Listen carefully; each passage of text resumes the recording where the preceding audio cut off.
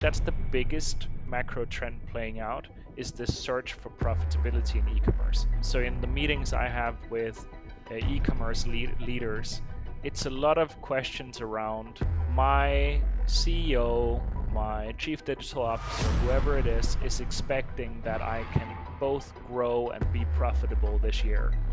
How the heck am I going to do that? Simon, thank you so much for joining us here on the Forward podcast with Smart OSC. It is great to have you. Thank you so much, Aziza. Now, I'm going to start at the deep end with a deep and meaningful question. And this is Mm. one to just help our listeners get to know you that little bit better. And I would love to ask you, what moves you forward both in your personal life and in your career? Yeah, that's a good question. Um, that's a really good question. I think there is a couple of things. Um, One that um, links most with career is getting to work with people who are really smart, most of the time much smarter than me, and think in very different ways from myself. And for example, in my current context working in Cube, that's something I get to flex every single day and enjoy every single day because I am kind of the least technical person in the company. And I really enjoy that. So there's this piece around just being surrounded by people I learn something from. The other, I think, that has been just always with me has been a lot of curiosity, always Mm, keen to figure out how things work and figure out, frankly, also what people around me, kind of what makes them tick, what they're thinking about. And that curiosity has become a useful asset or tool to carry around because it's effortless. It's not something that I mm, need to kind of activate on purpose. And it just means that I'm always like keen to try new things, open a new door. And also probably means that taking risks is not really that big of a deal because it's not the risk that I'm focused on. It's about like trying to figure out that next answer or mm, kind of reveal what's behind the next door. Um, mm. and I think that's been a big theme in how my life and how my career has unfolded for now. It's just it's not very well planned. It's just a lot of trying different things, and then some works, some doesn't. I think that curiosity is a lovely, lovely point because it is, as I see it, looking from the outside Mm. in, a very big cornerstone of what Cube Asia is. And Mhm. exactly that with your career. So I'd love to talk a bit more about your career journey.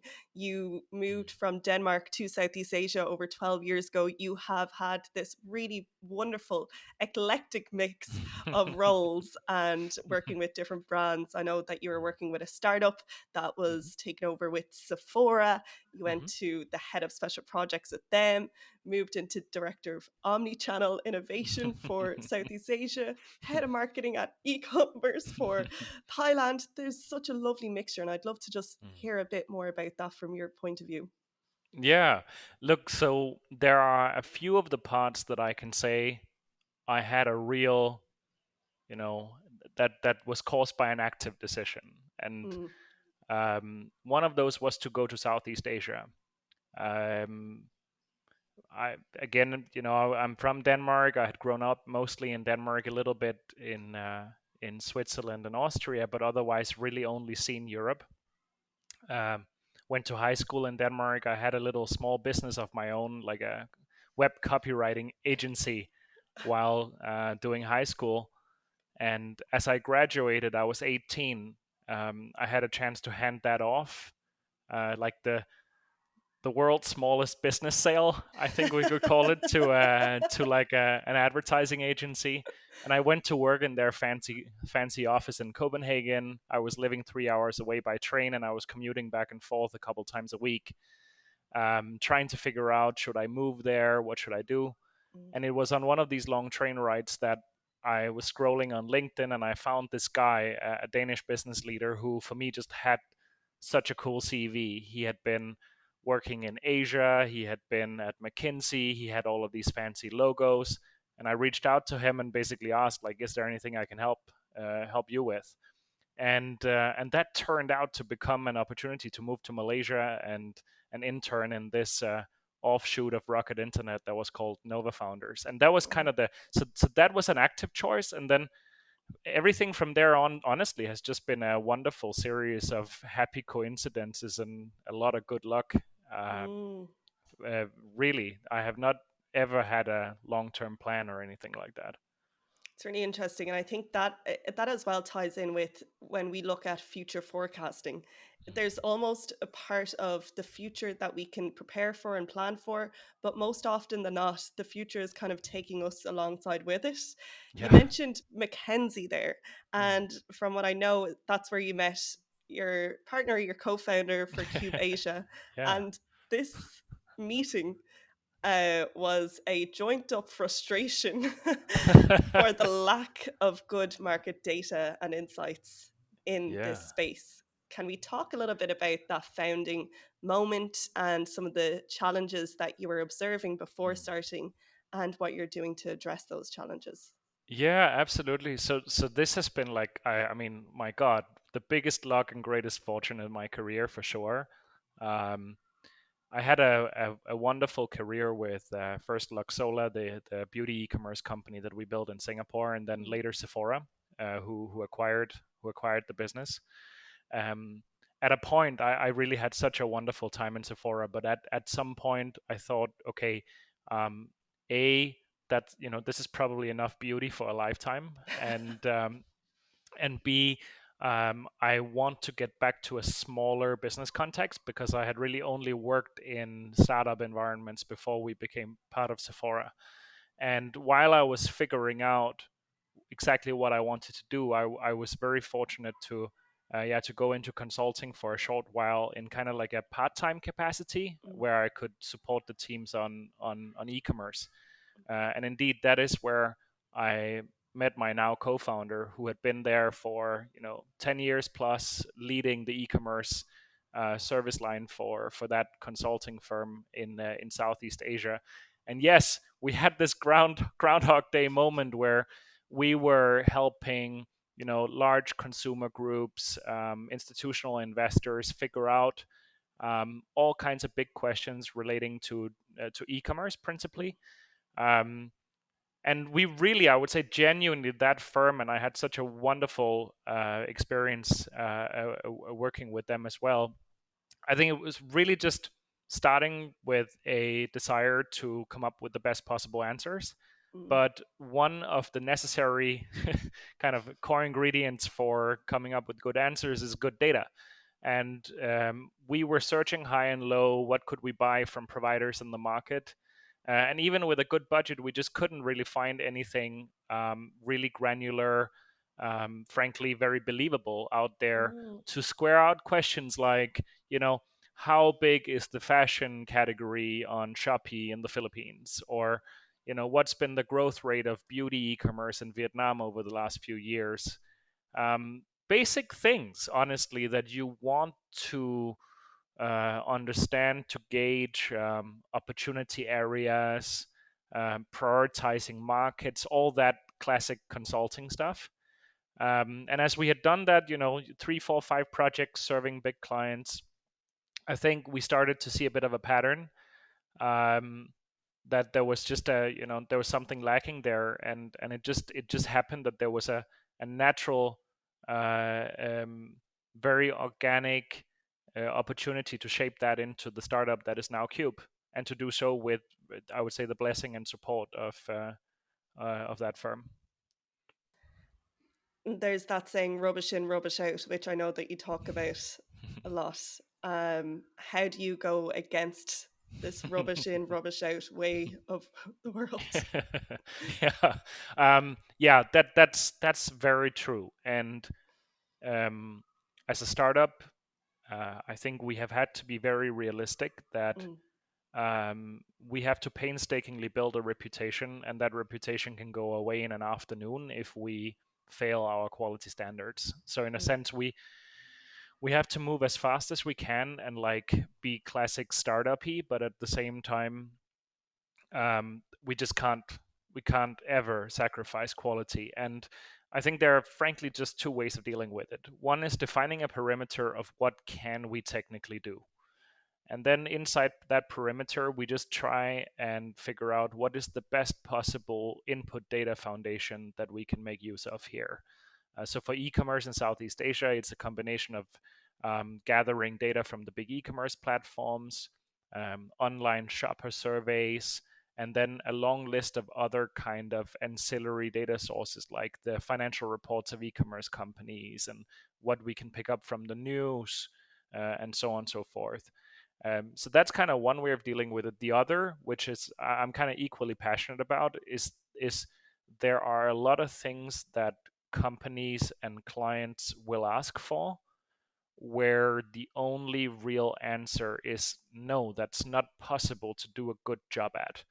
Where what I can be quite frustrated with is seeing some of the other companies in my space that offer things where I'm like, just logically speaking, I know that this has to be done with a lot of inferences, a lot of guessing, very shallow data foundation, and that concerns me a little bit. But at least like we just try and stay in our lane, focus, and do a good job at the few things that we focus on. I like that. It's quality over quantity. It's the Yeah. quality in which you do things rather than being able to do absolutely everything and things that may not even exist, but somehow people are claiming they do exist with a magic wand. Yeah. And Is then there a, and they and oh, they will sorry. usually say it's AI, right? Then it's Yeah, okay somehow. yeah. Everything's Again, possible. yeah, Yeah. again, though, that goes back to rubbish in, rubbish out. Yeah. Is there any quality in what you're saying that AI can do? Because if there's Indeed. no foundation to that, it's not real. Yeah, yeah. Those they like to hallucinate a lot. That's So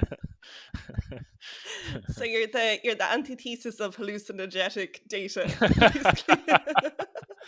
yeah. I mean, it depends on what you're looking for, right? If you Yeah. just I guess if you just want to get validation on your own ideas, I'm sure you can prompt engineer your way to it. But yeah, I think yeah, it we're not quite there yet. Yeah. Mm. I'd Mm. love to know, is there a story behind the name Cube Asia? Yeah, yeah. So I promise we're much better at data and insights than we are at naming companies because it's it's it's not a very creative name. It's Cube is lent from our first simple market data model, which we called the Cube model because it has three dimensions, which is Mm, channel, category, and country. So we had a big spreadsheet where we were basically just trying to take numbers from any kind of public source that we could find and throw in with always tagging it to like which channels, which countries, which categories does this concern. mm. And that was like the first like MVP of what is now our e-commerce market data model. So that's where Wow. Cube comes from. The origin Yeah. story. Yeah. Yeah. Now you're Yeah. you're over a year, I would say nearly 2 years now into Yep. things with Cube Asia. Mm. What have been some of your biggest learnings, both from an industry perspective, but also a leadership perspective? And Mm. in that, I also find a lot of comfort in hearing you say that you are not the most technical. And I think that is a wonderful thing to hear from a leader in this space, because it goes to show that there are a lot of wonderful entry points and Mm. value points in that area that you're working within, and for Mm. business leaders to also understand. Mm. Yeah, so we are about a year and a half in, Mm, and I mean it's a super cool journey, but also one that indeed has been full of learnings. mm, Um, Too many to count, really, but maybe I can talk about some of the big ones that I wish we could have avoided, yeah. or like some of the big detours that I wish we could have skipped. Um, One was coming out of the gates thinking that we were going to serve small and medium enterprises. That was a bit of a walk in the desert. Um, Thank God we abandoned it after 3 or 4 months instead of after a year or something like that. But I think we were so passionate about what we were seeing possible from the data that we collect about, different e-commerce categories. Wow, with this kind of data, a brand would be able to do better product development or better understand their competitors, or blah blah blah. And we thought this should go to everybody out there. And so we tried doing very low price points, standardized offerings, and just had a hard time getting through to brands. Um, and then made a pivot to enterprise, thinking, okay, if we believe in quality, let's try and find the most discerning buyers, and then maybe later on we can kind of go from Mercedes price to Toyota price, and that's kind of what we are doing now. But that was one learning where I think we were perhaps a bit naive to, um, if there isn't if the market isn't yelling at you that it wants what you're doing, um, uh, that's not a great sign. uh, Wow, you know, that is it, powerful. it means at the very least that you need to exert a lot of effort to go and find people and educate them, and that's just, Mm, time is not what you have most of, and most surplus of when you are a small business. So I think that's one big learning. Um, Another has been, um, uh, really coming to terms with the fact that my co-founder and I are usually the bottlenecks for most things, mm-hmm, um, and that of course you can't overhire, you can't overinvest, we can't let the company ever, uh, uh, get in danger. But at the same time, when we look back, um, time has been wasted mm, between when you build conviction that you need to make an investment or open a role or something like that, and then you actually pull the trigger and do it. mm, And even if it's just like a week or a couple of weeks, I think it adds up. mm, Because when I look back, our step changes in performance have all come from, finding great people and getting them into the roles where they can shine. Um, mm, so I think that's something that for me, I mean, I've built teams in larger companies before, but it's just an entirely different speed you have to move at. Oh, I might need somebody in Q3. Hi, HR, can you help me with this, that, whatever? 2 months later, you might have some interviews. No, no, you got to be moving in, days. Has to go yes, fast. yes, So that kind of bias for pace, I think, is something that, um, uh, we've figured out, but it's an adjustment. Um, yeah, so some it's learnings for sure. they're very, I think a lot of listeners would identify with a lot of those learnings as well, and it is potentially a thing that we're all seeing in the market, Mhm. this race against time, how Mhm. fast things are moving outside of us, outside of our own control, and also that idea of those small agile teams and Mhm. trying to make things work as fast, build as fast as possible, test as fast as possible, and Yeah, run with things as fast yeah, as possible, which yeah. is difficult because sometimes a lot of these things take time and thought and thoughtful action too. So it's the strange balancing act that everyone has. One thing I'd love to talk to you about is, as we always do, we pull down the curtain on one year. We Mhm. get into our conversational circles of what's coming the year ahead, what we Mhm. had this year, and what's going to shape the year ahead. Looking at now, we're in the end of a quarter. Mhm. What have been the trends that you are now seeing that maybe you looked at earlier on in the year? Is there anything that's dominating things in your space? There's a lot of flashy Mhm. terms that we always look at, but what are you seeing cutting through the noise at this time? Yeah. So, um, I am, like, fair disclaimer, I'm basically only focused on e-commerce. Yes. So so anything else out there, I know nothing about. Like, crypto or stock markets or whatnot, I have no clue. Um, I do look a bit at what the, treasury rate is, because I feel Mm, like that's kind of a good barometer for business confidence, which I rely on a lot for finding customers. Um, but I'll give you a boring e-commerce centric answer, which is uh, in a sense what we were hoping for when we started the business was that we're kind of coming out of 10 years of rocket growth in e-commerce, Mm-hmm. um, but also a bit unbridled growth, very kind of nascent organizations, um, where merchants, brands, retailers don't necessarily have a lot of profit expectations for their e-commerce. It was more about, wow, this is this cool new channel. Let's go there Mm. and grow as fast as we can. And in the last year, since we started the business, we have been watching for or looking, listening for indicators that um, companies would start to expect more of their e-commerce businesses, that they Mm. need to become profitable, they need to become integrated with marketing, pricing, assortment strategies that are going on for the offline channels, that they need to become a bit more mature. Mm. And of course, this was a compelling story when we were raising seed funding, because when when that moment arrives, companies will need a lot more data about their competitors and landscapes. But I would actually say that is starting to play out, and it's something that we will be going for hardcore this year. Mm. So in the meetings I have with e-commerce leaders, it's a lot of questions around um, my CEO, my chief digital officer, whoever it is expecting that I can both grow and be profitable this year. Mm. How the heck am I going to do that?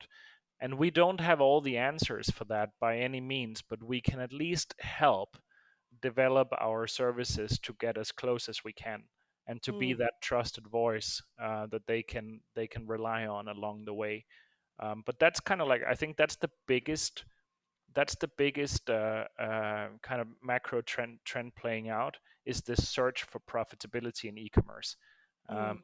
and it's the brands, but then funny enough, it's also the e-commerce platforms at the same time trying to get profitable. So it's kind of like everybody. Indeed, also enablers like logistics companies that serve e-commerce are also looking to get profitable. So it's kind of like, Everyone it's a is. little bit of like, I wouldn't say the party is over, but it is a bit of this feel of like, it's 5 a.m. in the nightclub and the lights are coming on, and now we all have to kind of um, face reality, and get real. I've heard you talk about this. I've heard you, well, in a way, talk about how there was a quote, I think the top line growth party is now over. So Yeah. Yeah. why do you think this shift is happening? And Mm, what potentially, this is a very big question mhm, that probably won't answer, be able to answer a broad spectrum, but what can businesses focus on as they move forward to make that possible? mm, mm. I think the reason why it's happening is maybe like two big reasons and a lot of small ones. Mm. The two big reasons are, one, e-commerce was very small, and then it sort of had to grow into like its natural equilibrium percentage of total retail. And I Mm. mean, there are some types of purchases that are nice to make online, right? Like when you're replenishing something, or there's certain kinds of like discovery for beauty products or fashion or whatnot that is nicer to do in the comfort of your own home sometimes. And then there are, quests where you're searching for the lowest price of an expensive item and you can buy it online. All these Mm. things, there was sort of like, in a sense, there was a bit of a coil that was probably, just unleashed over the last 10 years in getting the e-commerce to the size that it is roughly now. Mm. um, but we can't extrapolate that that growth should continue, because indeed there are also lots of purchases that we want to make in stores. Yes. And so we expect that e-commerce would grow 2-3 times faster than the general retail landscape in these markets over the next couple of years.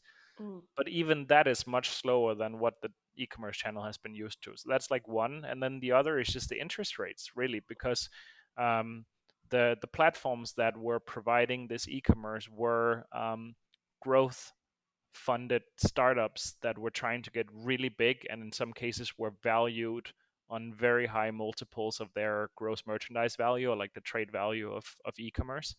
Mm. And they have been unprofitable so far. They have been investing so much in subsidies. They've been investing so much in marketing and growth. And so those dollars, in a sense, have been redistributed from investors down into the pockets of consumers. So Yes. and now the last year or so, that party is also coming to a little bit of a halt, because investors in these businesses are now expecting them to become profitable. So I think honestly it's fine. Like Mm. we had that 10-year ride and it was awesome. And I think in a sense the total dollar growth of the next 10 years will be several times higher because of the market now being more mature. So the percentages will be lower, but the dollar signs are very, very large now. Mm. So I think that's kind of those are the big drivers. And then what can businesses do? Um, well, it entirely depends on where you are in the value chain, right? Like the life of a e-commerce platform is very different from that of a shipper, which again is different from that of a consumer brand. I Mm. think we work most closely with the consumer brands, and there are some things that I can see the ones who are really ahead of the game what they're doing. And that's, for example, generally they are trying to sell on more different e-commerce channels because Mm. they want to lessen their reliance on anyone who can raise prices on them too much and Yeah. have negotiation leverage. Um, I would be remiss to say, I think that a lot of the smart ones are using more data. That could be from us, or it could be from somebody else. That's okay. But like really starting to scrutinize more what's selling, and how to take more data-driven assortment and pricing decisions. Mm. And then I think and another interesting trend is getting really clear strategically about which jobs in e-commerce you want to be insourced and which ones you want to be outsourced, because Yes. brands have been relying on these enablers to do a lot of their shipping and shop management and so on, which is typically on a percentage of their sales. Mm. And it's an attractive proposition to get started. I would equate it a little bit to like choosing a WeWork instead of like building out an office. Yes. But Yeah. then once you've reached a certain scale, okay, maybe there are actually benefits to thinking about a long-term home with no middleman, and thinking about, are there ways of fitting this organization or this office that are really fit for purpose? Mm. Um, Finding those kinds of efficiencies. So I think those are some of the trends, and I think there are many levers to adjust, and we will just see a new kind of e-commerce leader emerge in these brands who is Mm. like kind of a total P&L leader instead of being mostly a growth leader. Wow. That is brilliant. And in terms of, I'd like to talk a little bit about social commerce if you have a Mm. chance, if we have a little bit of time there. Yeah. I what I heard from you before was talking about the four different archetypes Mm. of social commerce, and I think there's a lot of value in knowing these. Could you tell us a little bit more about that? Yeah, for sure. So social commerce in Southeast Asia was one of the first um, trends of e-commerce that we started looking at when we started Cube.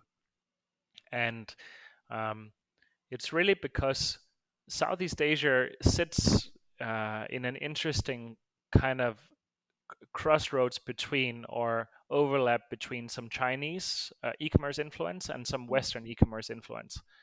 And in this, new things are emerging as well that we don't know from anywhere else. And what we noticed was that there um, traditionally has been kind of social or content platforms on one side that have very high usage and many minutes and many clicks, and just a lot of Mm. consumer attention is over there. And then you Mm-hmm. have the commerce platforms that uh, tend to have much less traffic and much less time spent, but obviously have this amazing business model of being able to sell people stuff. And Mm. then the two would interact with each other through the performance marketing or digital advertising ecosystem, right? Because all Mm. the biggest advertising platforms are those content and social platforms like Instagram or Facebook or Google or whatever. So what we started to see was it seemed that those two types of platforms were stepping into each other's territories. Mm, Some of the e-commerce platforms were launching social features like chat or live streaming. And at the same time, some of the content and social platforms were launching more and more of the e-commerce checkout journey in themselves, right?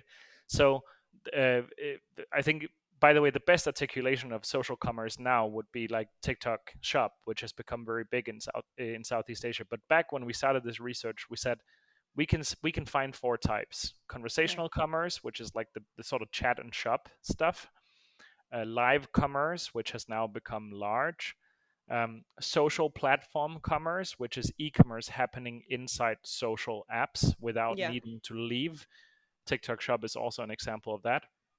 And then the last one, which is a bit more niche, is community group buying, which is kind of community based e-commerce models that Mm, we mainly today in Southeast Asia see in more rural populations, where the end buyers are often consumers that don't have either good access to e-commerce or a lot of trust in e-commerce, and hence you sort of buy through a reseller. yes. But Yeah. those are like the four kinds, and often they all overlap. So Mm, the same purchase can indeed be touched by three archetypes, no problem. um, wow. And how do you foresee things going down the line, especially with AI in this space? yeah, I mean, the I think the most interesting kind of battle we will see this year is that, um, on one hand you have the what I like to call the intent driven e-commerce giants. This is like Shopee and Lazada, places that are really good to open up and go and search for a product, or go into a category tree and like find deodorants or toothbrushes or something like Mm, that. um, and most of e-commerce is intent driven. Like most of the mm, customer journeys are intent driven, and they're very good at that. But then what we've seen over the last couple of years, kind of on the back of social commerce, has been like impulse driven e-commerce. So which is what TikTok Shop is fantastic at. And I think what we are seeing this year is, again, nobody can leave each other alone. So it's like the the impulse driven platforms, namely TikTok, are trying to get better at intent driven e-commerce. So like TikTok Shop has launched its full shopping center, which is yeah. like a tab that looks exactly like the homepage of Shopee. Funny enough. And then at the same time, Shopee, Lazada, these other guys are investing heavily in live streaming. Mm, Um, what is that Mean Girls reference? Like, stop, trying to make fetch happen. It's like, how much can you invest in trying to make live streaming happen? But they're going at it, and I think they're not done. They will do more this year, short form video, all kinds of stuff, which is really like I think that's the new battleground: is yeah. who will eventually win Mm. the market share. Yeah. I'm so glad that I finally have a guest that has quoted Mean Girls. And also, if we're going into the space of memes, I think it's also that, that Spider-Man man meme of everyone pointing at each other. Like, who's next? Who's going to do Agree. Yes. it? True. Very true. But no, I think, and especially, that impulse buying space is a huge thing in terms of creating, and we speak about this, the creating future demand in terms of something that you never thought you ever, consumers never thought that they ever needed. They're not intending on buying anything, but still somehow they've walked away with this three-dimensional air fryer that can sing, dance, and put you to sleep. You never in your life expected that to be a thing, but here we are. Exactly. Exactly. Yeah. To finish up, I'd like to ask you just two more questions, if that's okay. Firstly, what do you believe makes a good leader in today's world? Yeah. Um, hmm.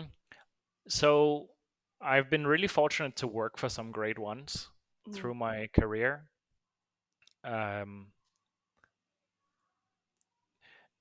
I want to try and give like the most honest answer I can, because I think there are like there are some pretty values and some less pretty values that are both required. The pretty ones are the ones that are very fit for kind of wide sharing, would be um,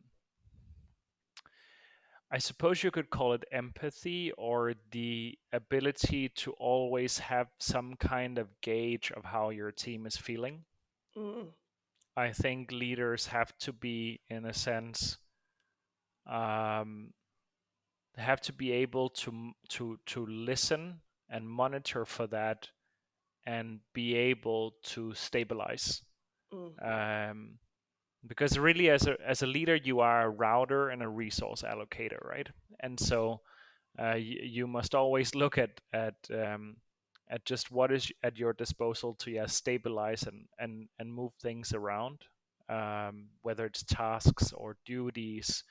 I mean, nothing is more amazing than having someone in your team who's not really performing, and then being able to move them into a different role and seeing them shine, right? Like, that's mm. awesome. Gorgeous. Yeah. So I think when I see leaders who are well ahead of me, some of them I'm like, I can't believe how good they are at this.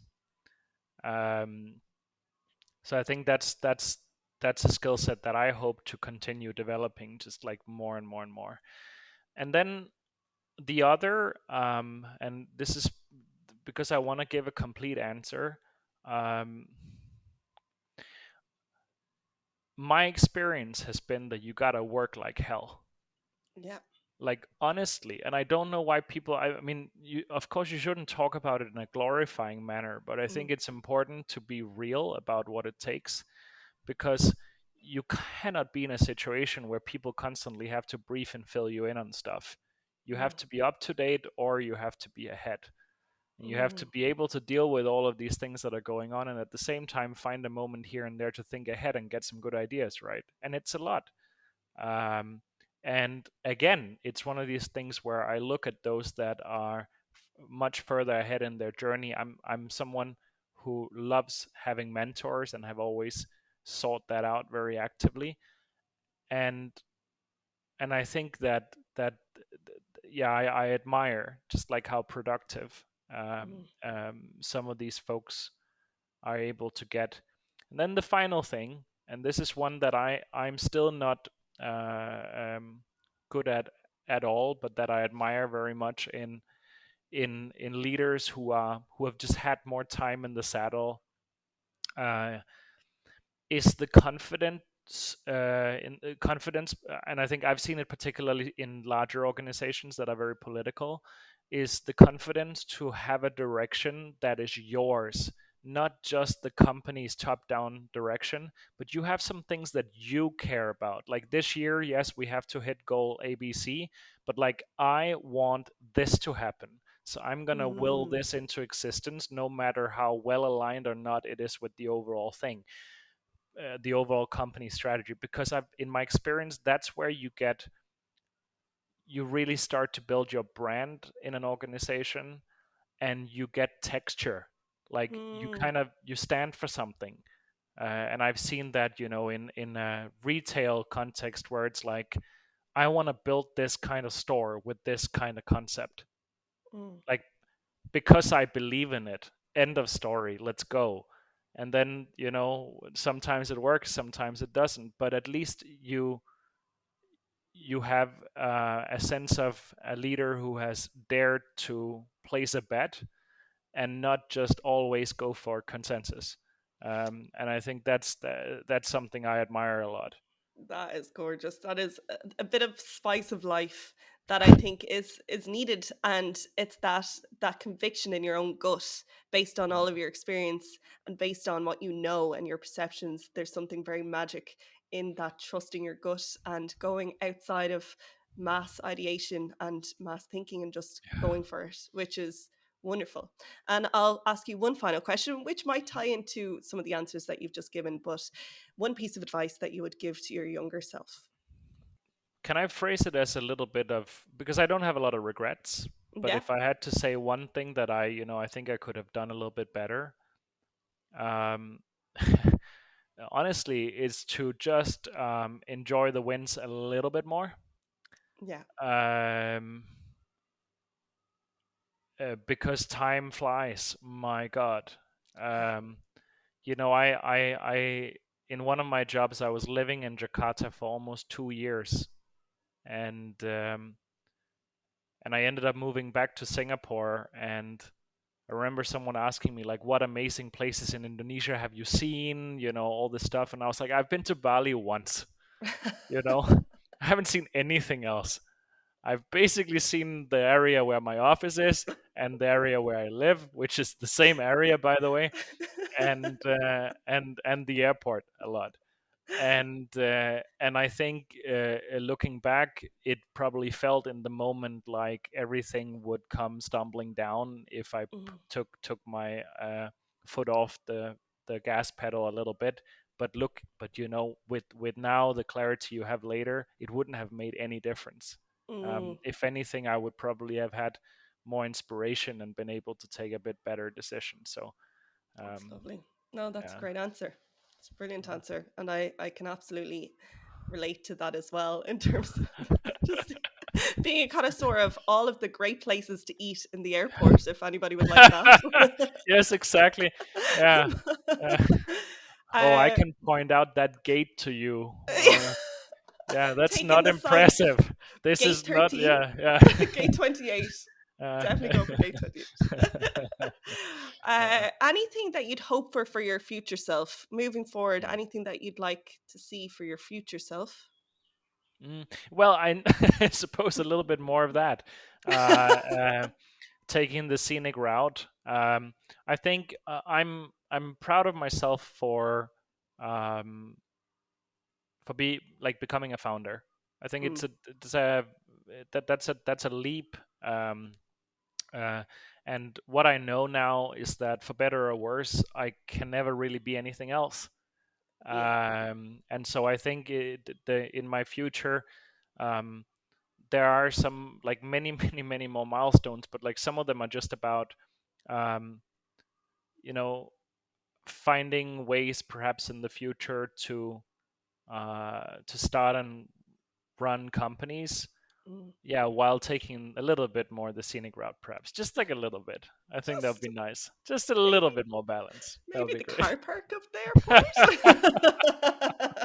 Yeah.